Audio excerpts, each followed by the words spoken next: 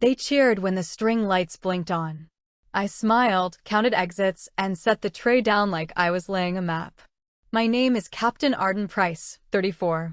I rent a room over McCready's feed store in Rockbridge County, Virginia, sleep light, and keep a go bag under the bed. My father, Thomas Red Price, 72, is 3 months post-fall and stubborn as the soil he still calls home.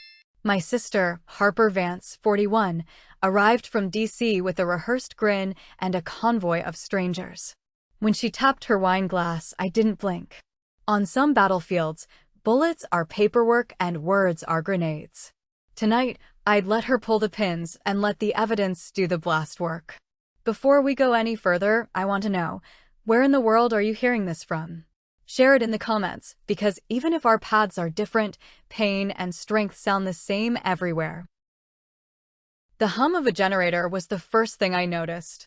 It wasn't the steady, familiar drone of the well pump I'd known my whole life, but a low, throbbing electric thrum, out of place in the cool Virginia night.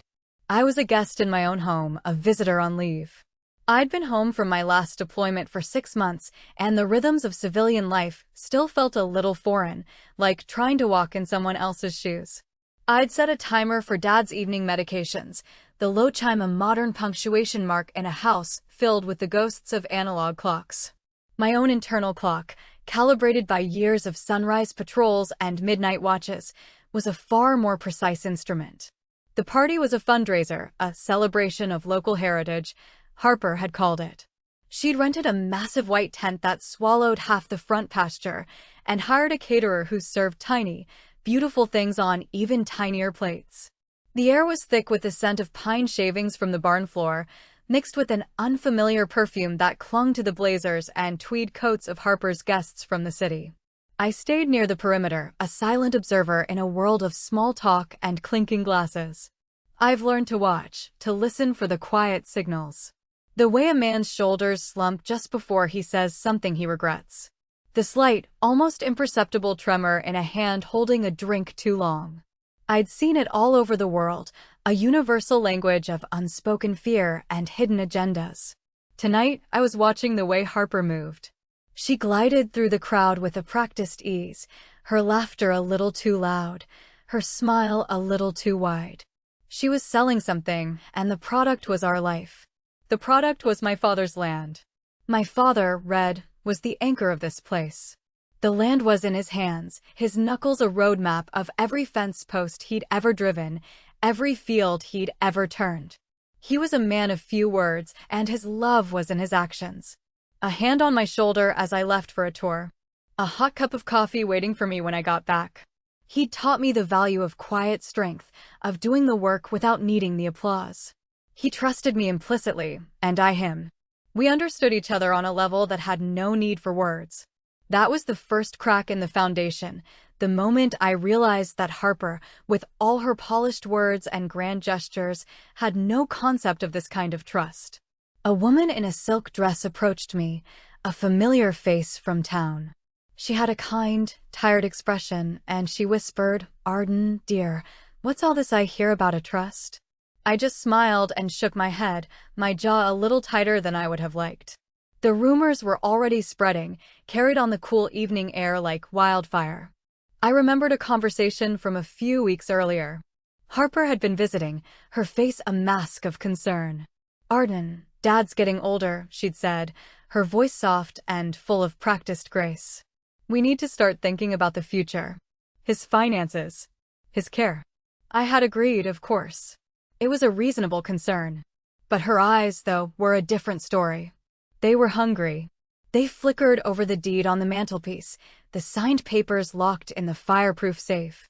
It was a warning I didn't fully understand yet, a flicker of light in the darkness. I thought it was a passing flicker of ambition, a shadow. It was so much more than that. It was the public shame to come, the first taste of ash. I had always been the quiet one, the one who worked in the background. My sister, Harper, was the charismatic performer. She had a way of turning every small gesture into a grand announcement. I was the one who fixed the fence. She was the one who posted the picture of it online. I was the one who managed the farm's finances. She was the one who took the credit. It had always been this way. A silent understanding. I remember once, years ago, when I was home on leave, I had spent days with Dad meticulously repairing the old stone wall at the back of the property. Harper had come out, snapped a few photos, and then posted them on social media with a caption about heritage preservation and the importance of family. The next day, a local paper ran a story about her efforts to save the farm. She never mentioned that I had done the work. I didn't care at the time. I was just happy to be with my father. I was naive. Now, as I watched her work the room, I saw that this was her grand finale. She was in her element, the master conductor of this symphony of lies. I found a quiet corner by the old hay baler, its rustic comfort in this sterile scene. I ran my hand over the cold metal, a tactile reminder of what was real. This machine had a purpose. It did honest work. It didn't lie. I saw Harper make her way to the small, elevated stage. A microphone waited for her. She had a glass of wine in her hand, her smile a beacon. She tapped the microphone, a small sound that felt like a pinprick. The crowd went silent. My stomach tightened, a familiar feeling from before a mission briefing. My whole body was on alert. I was a weapon on safe, waiting for the command. I had no idea how much I was about to be asked to endure. Her voice, when it came, was honeyed and low. "Good evening, everyone," she said. "Thank you all so much for coming. This is a very special night for my family." I could hear the falseness in her voice, a slight tremor under the confident facade. She was nervous. A flash of satisfaction, quickly extinguished. This wasn't about her. It was about Dad. It was about me. I gripped my street Christopher medal, its small dent a comfort against the cold metal of my dog tags. The dent was from a Humvee door. It was an accident, a small moment of chaos in a world of high-stakes missions. A quiet reminder of what I had survived. Tonight was just a different kind of mission, a different kind of chaos. "My father, Red, is a good man," she said, her voice trembling just a little. "He's always believed in this land. But he's getting older. And his health, as you know, has been a challenge." A wave of murmurs rippled through the crowd. I felt the heat rise in my cheeks. She was doing it. She was laying the groundwork. I saw Dad sitting in a folding chair near the stage, his face a mask of confusion. He wasn't a man who liked a crowd. He liked the quiet of the fields, the solitude of the barn. This was all a show for him, and he didn't like being on stage. Harper continued, her voice gaining confidence. "And so, to protect him and his legacy, my husband, Gavin, and I have made a very difficult decision." She paused for dramatic effect, letting the tension build. "We've decided to put the farm up for sale." A collective gasp from the crowd. I heard the whispered words. "Sale?" I didn't hear anything about a sale. But I thought. I felt a flicker of something inside me. It wasn't anger. It was something colder, more precise. I was an observer, an analyst. I was listening for the lie. "We have a wonderful offer from a real estate development company," she continued. "They're going to build a beautiful community here, with walking trails and a community center. They've promised to honor the land's history. And they've promised to build a top-of-the-line memory care residence for Dad, where he'll be safe and cared for." My breath hitched in my throat. I couldn't breathe. Memory care? Dad was still as sharp as a tack. He was old, yes, but his mind was his own. This was a direct, vicious lie. She was making him sound frail, incapable, and foolish. She was trying to strip him of his dignity. She was stealing his life. I felt a surge of rage, hot and sharp, but I pushed it down. My training took over. I took a deep breath and another. My pulse, which had spiked, settled to a calm, steady beat. I was a soldier in a war zone, and the enemy had just shown their hand. My hands went cold. They were a separate entity, a sign of my body's stress, but my mind was clear, precise. I was a sniper who had just spotted her target. I just needed to take the shot. But that wasn't the way I worked. I was about discipline. I was about control. They erased my name. They repurposed my silence. They misread my discipline. I saw Harper raise her glass. "To the future," she said, her voice triumphant. "To Dad's legacy." The crowd, a little hesitant, raised their glasses too. I just stood there, my hands at my sides, a cold, hard knot of purpose forming in my gut. They were cheering for a lie. The hum of the generator seemed to grow louder, a discordant note in this carefully orchestrated symphony. It was the only sound that felt real, a warning sign I had ignored. The flicker of the string lights, which had seemed so festive and joyous just a moment ago, now looked like a frantic warning, a frantic SOS. I wanted to scream. I wanted to march up to that stage and tear down the facade, to expose the lie for all to see. But that wasn't my way. My way was quiet. My way was patient. My way was methodical. I had a long game to play, and this was just the beginning. I just needed to escape this suffocating room and get some air, a final deep breath before the real battle began. I just needed to escape this suffocating room and get some air, a final deep breath before the real battle began. The farm had always been a sanctuary. Before the generators, before the catering tents, before the strangers in tailored blazers, it was a place of a different kind of quiet. A deeper one. It was the sound of my father's coffee maker hissing at dawn, the rustle of dry leaves on the gravel drive, and the low, contented chatter of chickens in the coop. I'd come home to this, to a life that moved in seasons, not in quarterly earnings reports.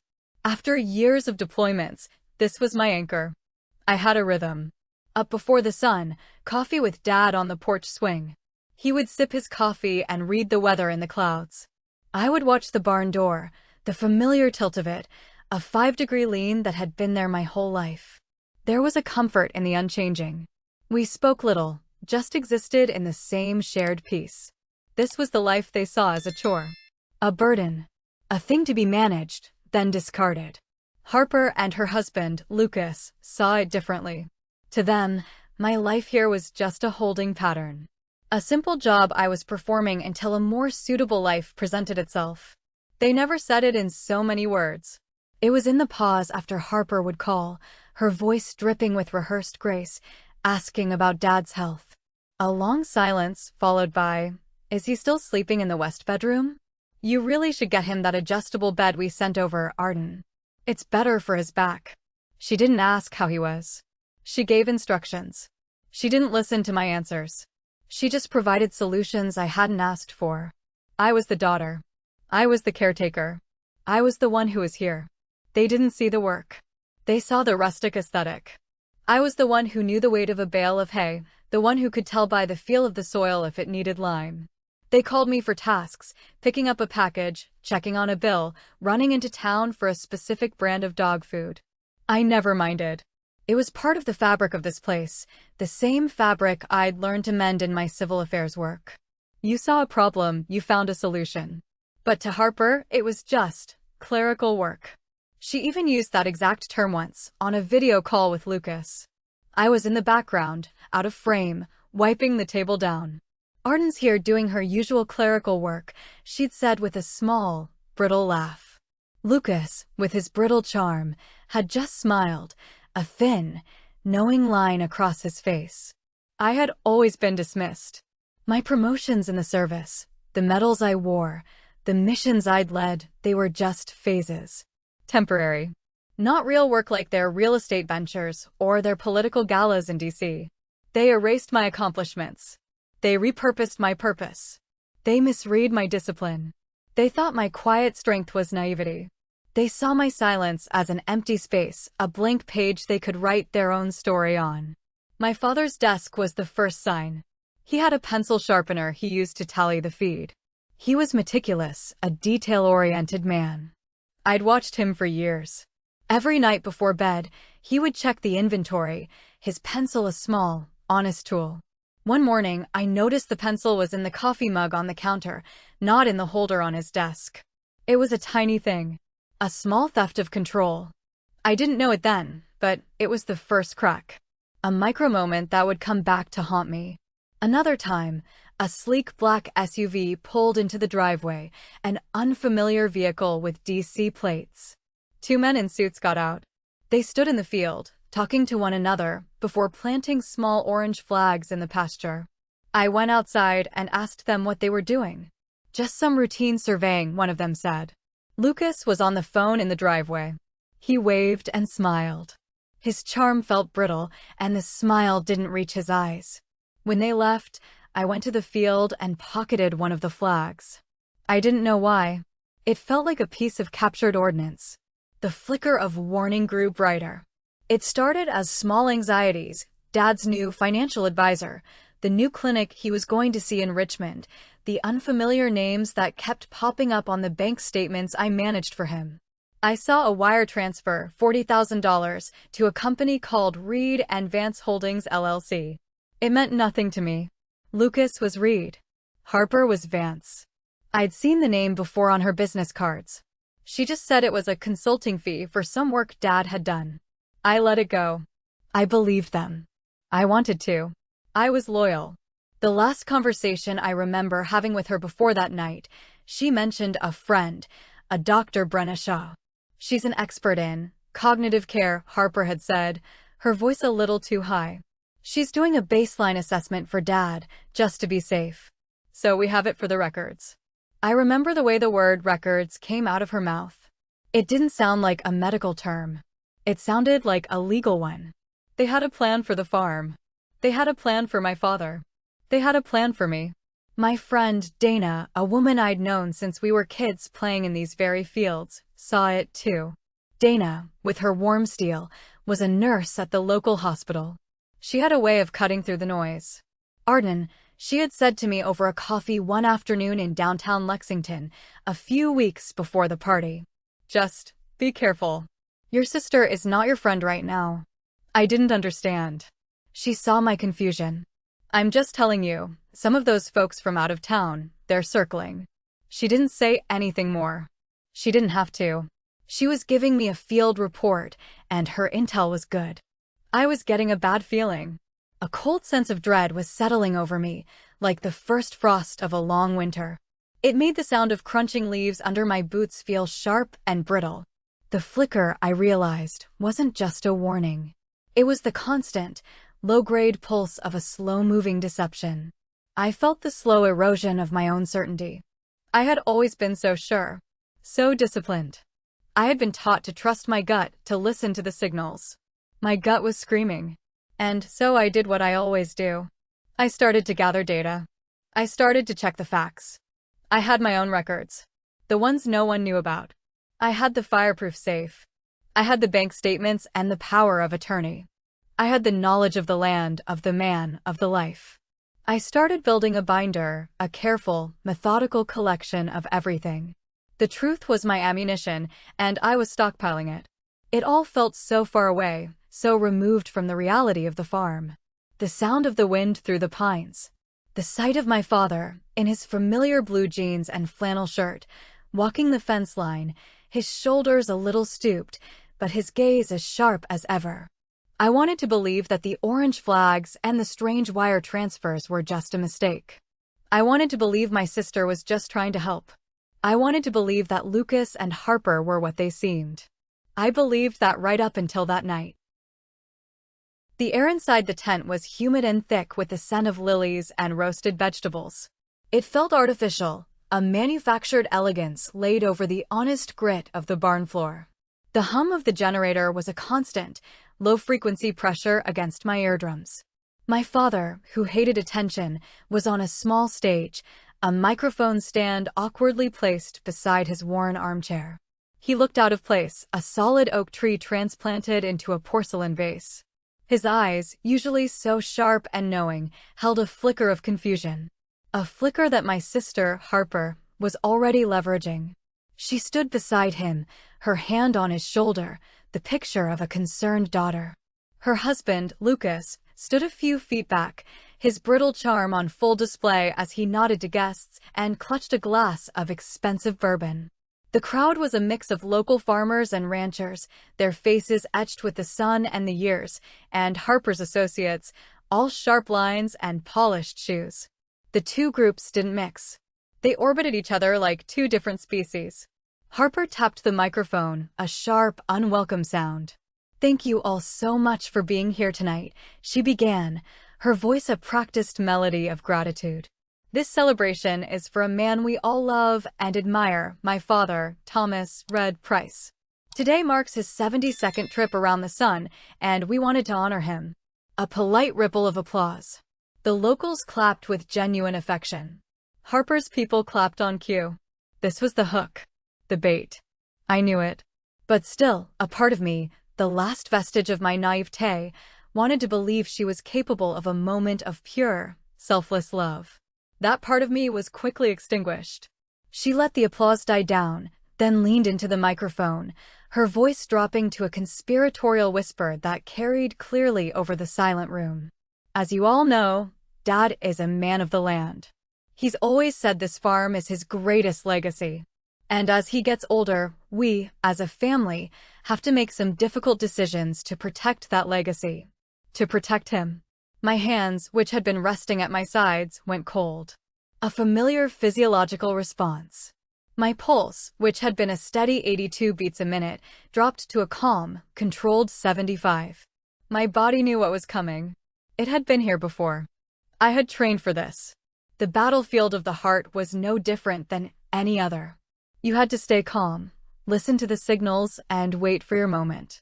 Harper gestured to Lucas, who stepped forward with a large piece of paper.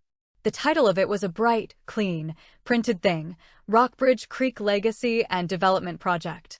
As you can see, she said, her voice now a confident, businesslike tone, Lucas and I have been working with a group of investors to ensure this land is passed on in the most beneficial way.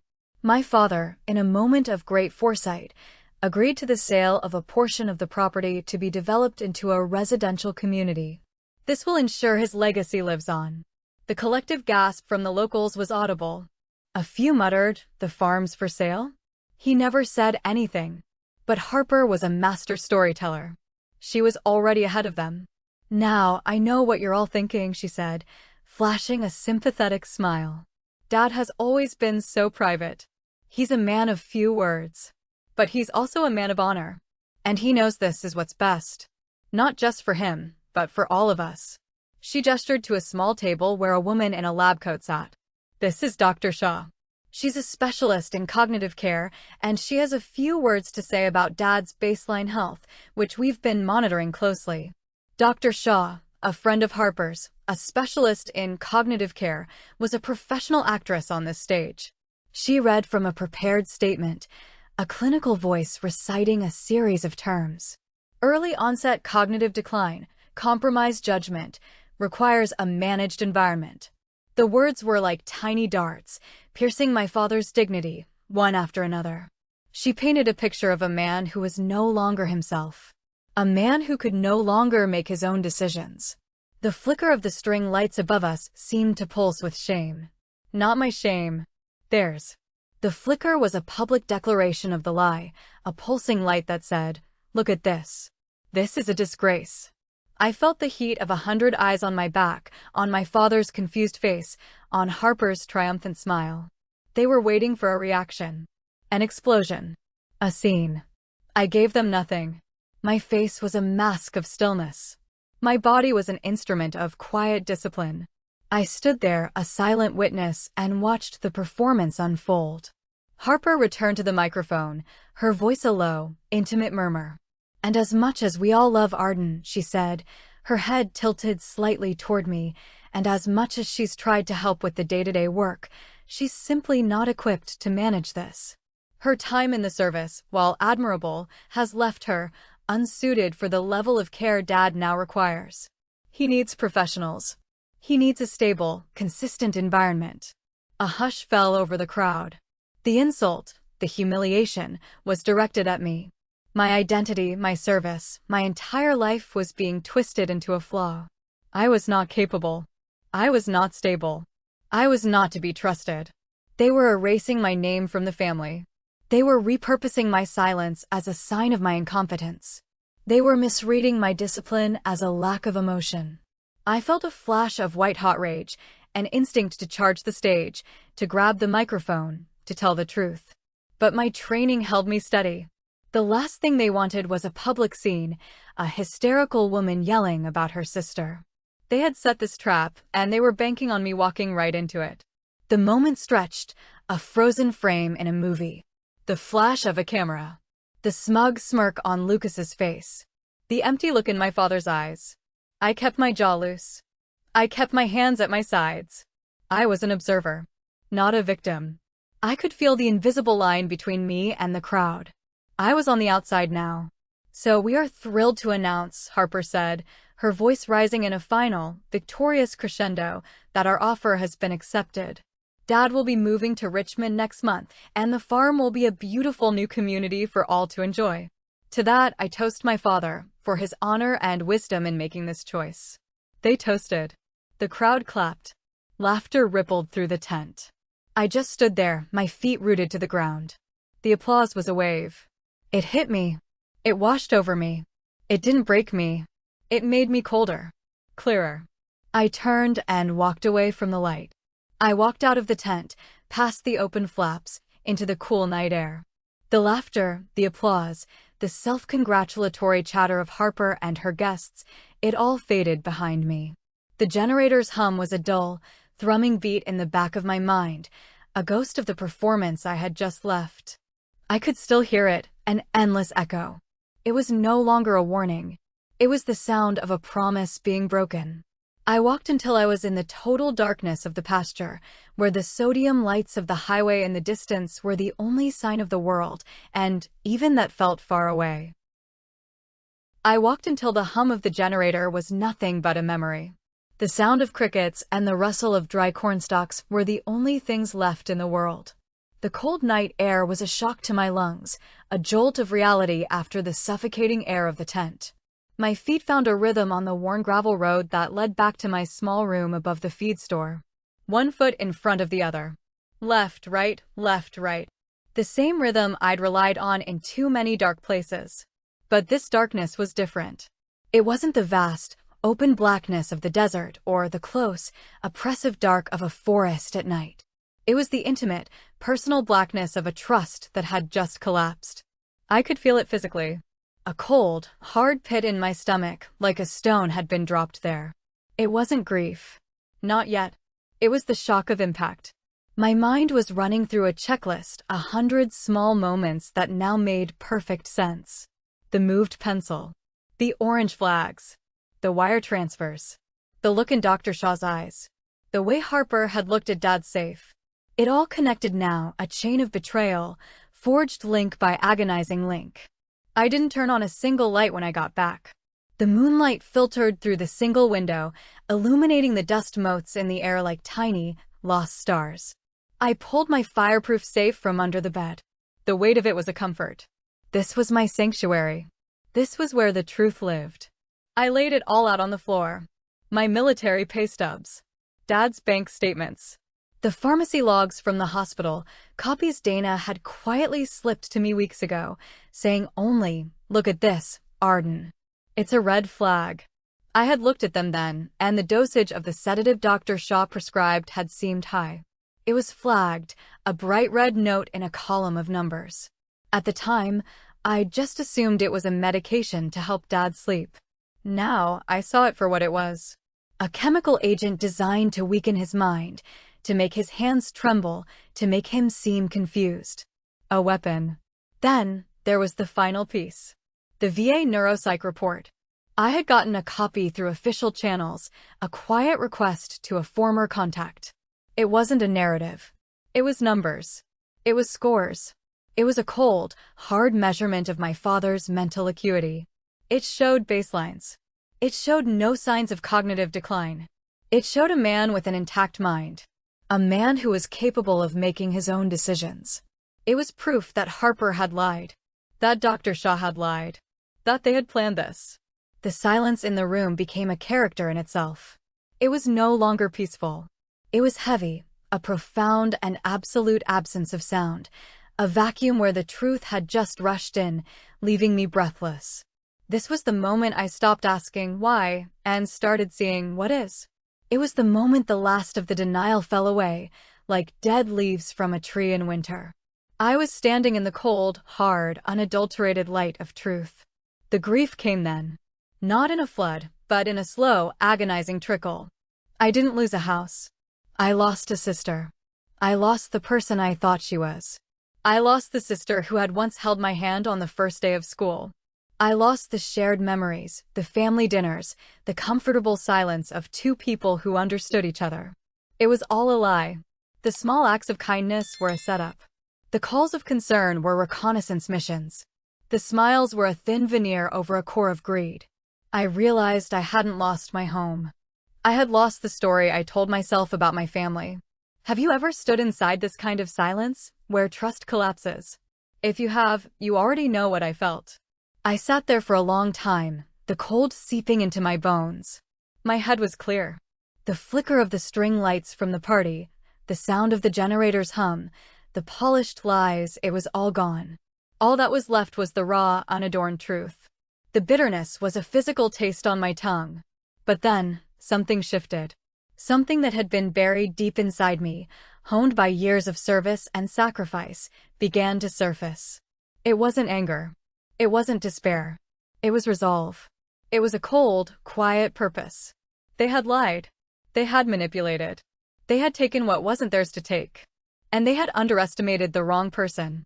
They thought I was just a quiet daughter, doing her duty. They had mistaken my discipline for weakness. They had mistaken my silence for acceptance. I had the facts. I had the evidence. I had the truth. They had a lie, and a lie, no matter how well told, always has a crack in it. It always has a point of entry. I had spent my life as a logistics officer and operator. I knew how to plan a mission, how to secure an objective. This was no different. This was just a different kind of war. And I was already a mile ahead of them. They had no idea I was building my own fire. A fire they would not be able to put out. My hands, which had been so cold, began to feel warm with a slow, rising heat. The bitterness was replaced by a kind of clean, sharp clarity. There would be no theatrics. No yelling. No public scenes. My revenge would be so quiet, they wouldn't even know it was happening until it was already over. My father's birthday party had been a performance. This was an audit. I didn't set the stage with fairy lights or rented linens. The venue was the main conference room in the Rockbridge County Administration Building, a space filled with the low, steady hum of central air and the smell of old paper and stale coffee. I had arranged for a meeting, not a gala. I sent no invitations, just made a few quiet phone calls. Harper and Lucas were there. They arrived with the same practiced swagger, a forced calm that didn't quite reach their eyes. They thought they were here for a final meeting, a formality before the sale went through. They thought they were in control. They didn't know I was the one holding the gavel. I stood at the front of the room, near a small projector screen. My friend Dana was there, her warm steel a silent, comforting presence in the second row. She had brought Major Cade with her, a man with a quiet scalpel in place of a loud hammer. He was a JAG officer, a master of procedure, and he was there as a witness and official observer. The neighbors, Mr. and Mrs. Talley, were there, too, their faces a mix of worry and curiosity. The same curiosity that had been in the eyes of everyone at the party. There was no introduction. No speech. I simply turned on the projector. The first slide was a blow-up of Dad's bank statements. I had circled the 3-wire transfers, the $40,000, the consulting fees, the transfers to Reed and Vance Holdings LLC. I let the numbers sit on the screen. The quiet in the room was a different kind of silence. It was the silence of a truth about to be laid bare. Lucas shifted in his chair. He looked at Harper, a question in his eyes. Her face was a mask of rehearsed grace, but I could see the slightest tremor in her jawline. The next slide was the pharmacy log. I had highlighted the sedative, the dosage, the date. The words flagged for impairment. Harper opened her mouth to speak, but I held up a single hand, a quiet, nonverbal command she understood. This was not a conversation. It was a presentation. The third slide was the VA neuropsych report. Dr. Lila Cortez, a woman with a straight spine and an absolute commitment to her work, had provided a comprehensive report. It was a dense collection of data. I had highlighted the key points, the baselines, the scores, the conclusive report that Dad was cognitively sound, that he had full capacity. It wasn't my opinion. It was a fact. It was a diagnosis from a federal agency. It was irrefutable. Harper couldn't hold it in any longer. The facade cracked. "This is absurd," she hissed, her voice low and sharp. "These documents are a fabrication. You just don't want to see your father get the care he needs." Lucas, his brittle charm cracking around the edges, stood up. "This is a waste of time. We have an accepted offer on the table. A signed contract. This is a harassment suit, and we'll file one." And there it was. Their final, desperate play. To lie. To blame. To distract. I had been waiting for it. The moment of their fatal slip. I nodded to Major Cade. He had brought a laptop with him. He projected the next slide. It was a screenshot of Harper's own heritage preservation slide from the birthday party. The one that was meant to sell the lie. But this wasn't the image from the party. It was the original file. Major Cade used the mouse to zoom in, a slow, methodical crawl into the heart of the image. The audience, a mix of county officials and neighbors, leaned forward. On the border of the slide, so small it was invisible to the naked eye, were a series of tiny, almost imperceptible bullet indents. They were the unique signature of the printer the document had been printed on. And embedded within those dots was my own personal, zero-width watermark. A forensic signature I had created myself. The truth flickered to life on the screen, a small, undeniable fingerprint. It was my intellectual property. The pitch deck wasn't a product of Harper and Lucas's work. It was a repurposed version of a charity brief I had created years ago, the one I had given her for disaster logistics. She hadn't just stolen my idea. She had stolen the physical file. She had stolen the data.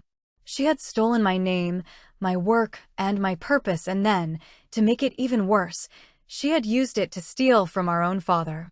The moment the image was on the screen, the rehearsed grace left Harper's face. The mask was gone. I saw her for what she was, not what she pretended to be. I saw the greed, the panic, the sheer, cold entitlement. Lucas's smirk vanished. The room was utterly silent. This wasn't about opinions. This was about evidence. This was a different kind of justice. It was so quiet, so methodical, they didn't even see it coming. Major Cade clicked the screen again. The final document. A manila envelope was handed to a county recorder, who sat at the head of the table.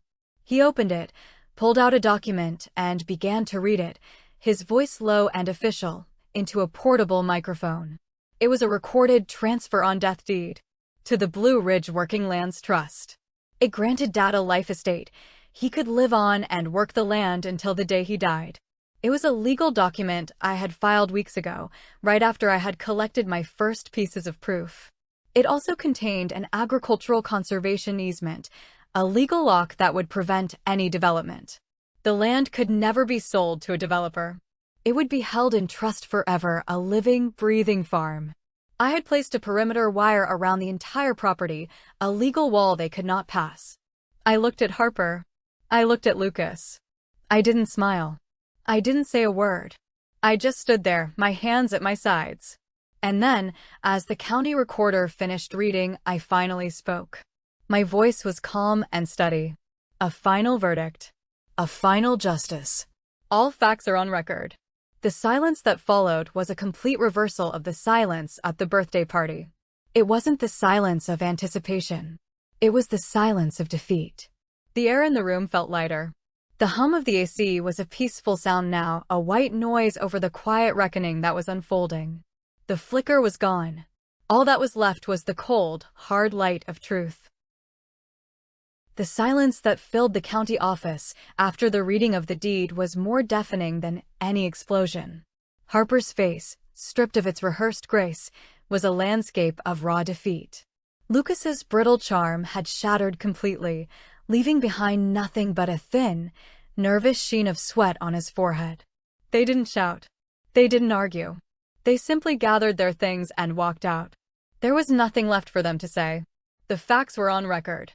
The victory was so quiet, it felt like an internal one. It was exactly what I had wanted. The first step of recovery wasn't about what I did. It was about what I stopped doing. I went home and systematically disabled every shared account, every linked file, every digital tether that connected my father's life to theirs. I moved all of Dad's banking to a small local credit union, setting up alerts that would notify me of every single transaction over $1. I changed passwords.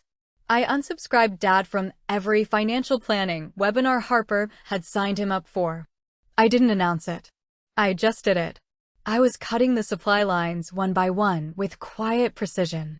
The rebuilding started with the small things. My new life had its own rituals. I started waking at 0500 again, not because of an alarm, but because my body knew the peace of the early morning. I would lace up my boots and run on the same gravel roads where I had once collected orange flags, the cold air burning my lungs. The miles melted away under my feet, each step a reclamation of my space, my time, my life. I was not running from anything. I was running toward something. Toward a new kind of freedom. This wasn't a comeback. This was a disciplined, methodical reassembly. My military training had taught me how to put the pieces back together, how to rebuild a broken system. I knew how to work with purpose, not out of passion. The barn was my first project. A few of the support beams were rotted, and the hayloft door was hanging precariously on a single hinge. On the refrigerator, I taped up a small, handwritten 5-line op-ed, the same simple format I'd used for missions. Situation: barn in disrepair. Mission: stabilize structure. Replace 2 support beams. Secure hayloft door. Execution: identify failing points. Acquire materials. Secure structure. Admin: budget for lumber, nails, tools. Command: direct supervision. Timeline TBD. It was a small thing, but it was a promise. I would fix what was broken, and I would do it my way. With a plan. With discipline. My new alliances were a quiet strength I had never needed before. Dana was there, a text away, her warm steel offering a grounded perspective whenever I needed it. She connected me with a legal aid paralegal she knew, a woman who had worked with vulnerable populations for years. Major Cade, now a friend, helped me establish the Quiet Title Collective, a pro bono group. We started small, just a few veterans and paralegals who had seen similar abuses. We launched a website with a free farm guard checklist. It was a simple, easy-to-read guide for farmers and their families. It had simple steps, like flagging sedative prescriptions, checking land records, and getting a legal power of attorney. The pain of the betrayal hadn't vanished, but it was being transmuted into something useful, something strong, something that could help others. The flicker of betrayal and the glare of public shame were gone. They had been replaced by a quiet, steady light, the light of discernment, the peaceful, illuminating glow of purpose. I was no longer a victim. I was a protector. My revenge was not about making them suffer. It was about making myself stronger. I saw the change in Dad, too. His shoulders, which had been permanently slumped with confusion and worry, began to settle. The spark returned to his eyes. He started telling stories again, the kind of long, rambling tales about the land that I'd missed so much. He helped me with the barn, holding the flashlight steady while I measured beams, his hands a little shaky, but his mind sharp. I made him new routines, safe ones. We did physical therapy together every morning on the back porch, hip-safe exercises that gave him back a measure of control and me a measure of peace. The biggest day of our recovery was the day we put up the new sign on the barn. It was a simple piece of wood, painted with Dad's own hand. Underneath the name, Price Farm, were 2 lines I had carved myself. Held in trust. Worked with honor. It was a quiet declaration to the world, to ourselves, and to Harper. This land was not for sale. It was ours. And we had earned it back with dignity. I felt a half-smile touch my lips, an expression I hadn't seen in a mirror for a long time. It wasn't a triumphant grin. It was the smile of a person who had done the work, who had fought her own battle, and who had won it on her own terms. The quiet power of my silence had brought us here. My discipline had delivered us. It was not a chapter of my writing. It was a chapter of natural consequences. I did not make the calls. I did not file the reports. The system, once given the facts, moved on its own. The evidence I had quietly presented at the county office was a chain reaction. The county recorder's report was picked up by a local paper. The article was a small thing, but it was enough. The buyers for the development project, a group of quiet men in suits who had never cared about the land, cared about legal risk. The conservation easement was a deal-breaker. They pulled their offer. The project died.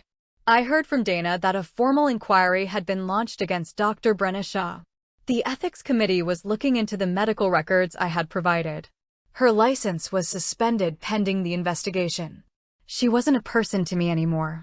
Just a name, a set of documents, a cautionary tale. I didn't talk to Harper or Lucas. I didn't send them a message.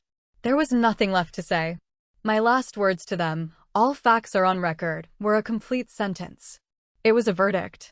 They had their own battles to fight now, battles I wouldn't be a part of.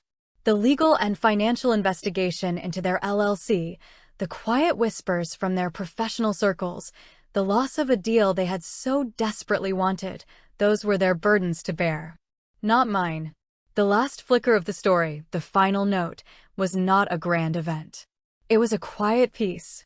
It was late winter now. The ground was hard, but the promise of spring was in the air. I was out in the back 40 with Dad, spreading mulch around the base of the old apple trees. The sound of the shovel hitting the earth was a satisfying thud. Dad worked beside me, his movements a little slow, but his purpose was clear. He was a man who worked the soil. He was home. I looked at him, and I saw a man who had his dignity back. His shoulders were loose. His face was no longer a mask of confusion. The look in his eyes was the one I remembered from my childhood. That same steady, quiet knowing. He hadn't been defeated. He had been defended. I felt a profound sense of gratitude. Not just for winning, but for the clarity of it all. I didn't become louder. I became clearer. I didn't fight with words. I fought with facts. I didn't seek a public spectacle.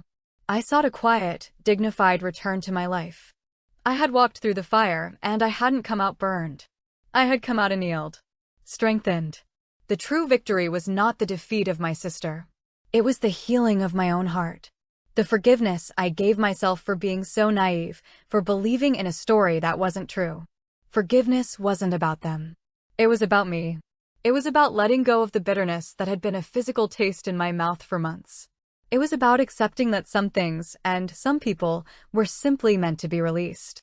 I remembered the opening scene, the loud, celebratory atmosphere, the flicker of the string lights, the public humiliation.